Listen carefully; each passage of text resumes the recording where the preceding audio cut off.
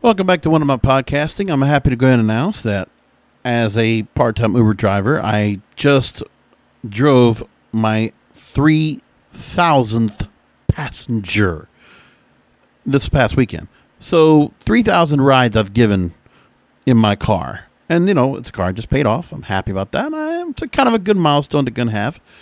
And, for the most part, I've had a lot of good passengers, a couple of very rare occasions where I've had anybody that was just really rude or just, annoying or obnoxious. I did have one lady that really did piss me off because she was very rich, aristocratic type, and I was going to the island of Palm Beach, and I was taking her out west. And if you know West Palm anytime, well, of course, you know about Florida, there's spots where you got a rich part of town, and sometimes you have to cross a poor or very violent part of town to get around places because it's just urban sprawling, just the way it is. So that's what happened here. And the lady got upset that I didn't take her on the highway because she obviously didn't like me driving through the ghetto to cut through and get to her with limited time, or with a cutting the time and cutting the distance so it doesn't charge her so much. The Uber app doesn't charge her so much. But she wasn't considerate of that. And you know what I did? I was upset by her kind of treating me like a peon. So, you know what? This rich lady, I just said to myself, lady, I'm going to go and contact support because of my gross error in judgment. I'm going to go ahead and refund and reimburse your fee. And she was like, you don't have to do that. Why are you doing that? Why? And I said, well, because I choose to. That's it. Without giving any attitude, without giving any real reason, I just said, I'm going to just do that.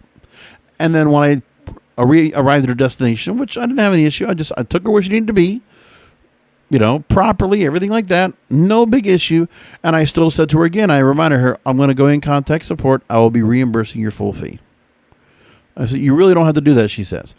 Well, I did it anyway. $12 ride. I didn't need to worry about taking her money, no matter how rich she is or where she comes from. I just didn't need the attitude. That's all. And, for some of you Uber drivers, if you feel like that's a good way to go and handle things, you let me know how it works for you. Just leave a comment there in the YouTube video if you're watching it there. Or, just reach out to me and either through Twitter, through Facebook, or email me if you want. kingofpodcasts@yahoo.com. And, of course, I'll even go ahead and talk about on the show. The next episode, I want to talk about Uber. I'll go ahead and bring that story up to all the listeners here.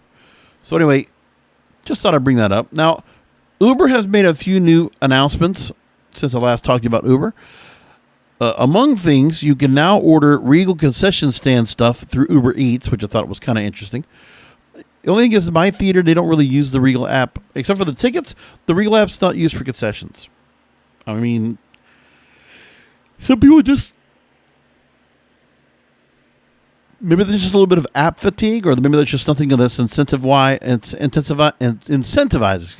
through the app. Because if you're buying concessions to the theater, it doesn't matter because they're not going to have the food ready by the time you order it on the app.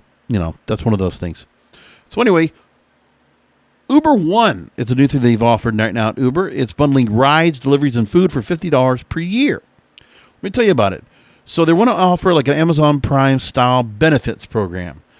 And Uber's trying to do subscriptions, and now they're dubbing it Uber One, aimed at highlighting the company's post-pandemic shift to food and grocery delivery.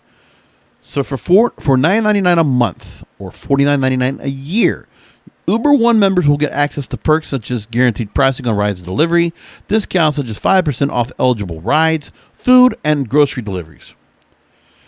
And Uber One members won't have to pay a delivery fee for takeout and groceries. They'll have priority access to top-rated drivers and couriers and get $5 cash back on late deliveries and other exclusive perks. So, when you listen to that, if you're one of those people, like I know there's quite a few people that I drive for or that I go do deliveries for Uber that, a lot of people do like to do deliveries. It's amazing about, what neighborhoods and what people and what kind of spending they have to be able to go ahead and do that. I always get deliveries for car salesmen, and they're always good tippers, right? And there's other people, but you see what food is out there.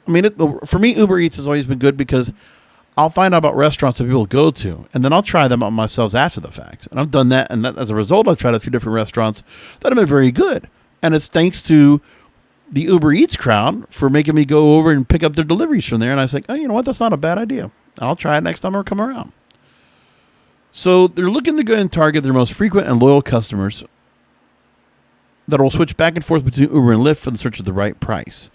Uber wants to reward customers keeping the use of this product, whether it's for rides, food delivery, or both. Remember grocery deliveries. Most importantly, there's a lot of people that I drive for Uber that are getting pickups at Walmart. Like, Walmart is a big deal right now with Uber.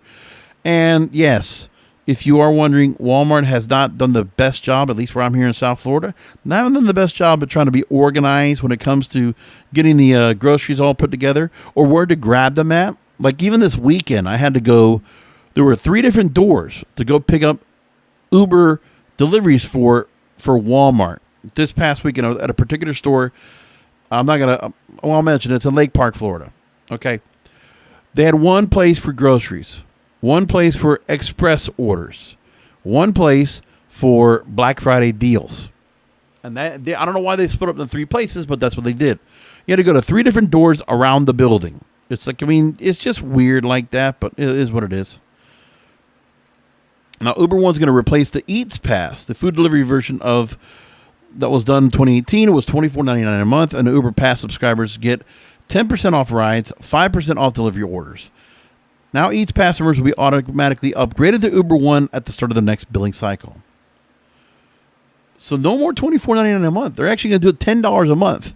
Now, are people going to be willing to go ahead and do the $10 a month part? That's the other part. That's kind of interesting. The other thing that I got to tell you about is I got a chance to do this already. Uber X Share. You remember the carpool? Remember where you can go ahead and share rides, and it was the cheapest price you can get? I forget what it used to be called. It was Uber X Pool. That's what it was. Or Uber Pool. So, yeah, you might have like, there were some times I actually would have 3 passengers and 3 different destinations going along. Now, I wonder how this works in particular to those that might be getting Uber rides, and then I have to go pick up deliveries. I guess if you're doing Uber Pool as a driver, you can't get deliveries then at that point. They can't send you to a delivery if you got an Uber X share ride in your car. Like, it doesn't make sense for you to go and grab food and go to a destination. Maybe they figure out how to do that. I don't think they're going to do that, but that's the one thing I guess is my curiosity. I'm wondering if that happens. But I do remember the time when I used to get 2 to 3 people in the car. Plus, the other funny part was I remember going one day to go and pick up a young girl from her house to take her to work. And it was Wendy's drive-thru, okay? And then a guy got in the car who was very, like, kind of trying to be Don Juan. I guess he was just going somewhere else. And he just hit on the girl flat out the entire 10 minutes he was in the car with her. And I think they traded numbers, but I felt cringe because this guy was trying so hard to try to get the girl's number, which will, you know, that's just, I just heard it and I was just saying to myself, man, I should just turn the music up loud and just like drown out any conversation that could have had. But, you know, it's her call. She wanted to do that. I was wondering if I should have jumped in, but I wasn't going to do anything about that. Not my place to be. So now Uber X Share, the test market that's already started as a pilot is Miami. So I got to go and do it already. So you can only ride with one other person in addition to the driver during your trip. Everyone in the car must wear a mask, even if they're all vaccinated. The other thing is, I believe, is that you have to also split the driver and passenger, which doesn't make sense if you're trying to say you need social distancing, but I guess it doesn't matter anymore. But you'll have one person in the back, one person on the passenger seat. Shotgun. So there you go. Uber X Share rides will have a 5% discount. You get Uber Cash if another person is picked up during your trip. So we don't know if they're going to do that yet. Lyft already brought back shared rides back in July, but then only one rider could join. Everyone must wear a mask, and Lyft shared rides already launched in Chicago, Denver, and Philadelphia, so they're working their way back. But Uber has finally done it again. And so that's kind of interesting. You know, there's a lot more stories I can tell you about Uber, but I'm going to hold it right here because I want to go and keep this short. Come back with another When I'm Not Podcasting. Until next time.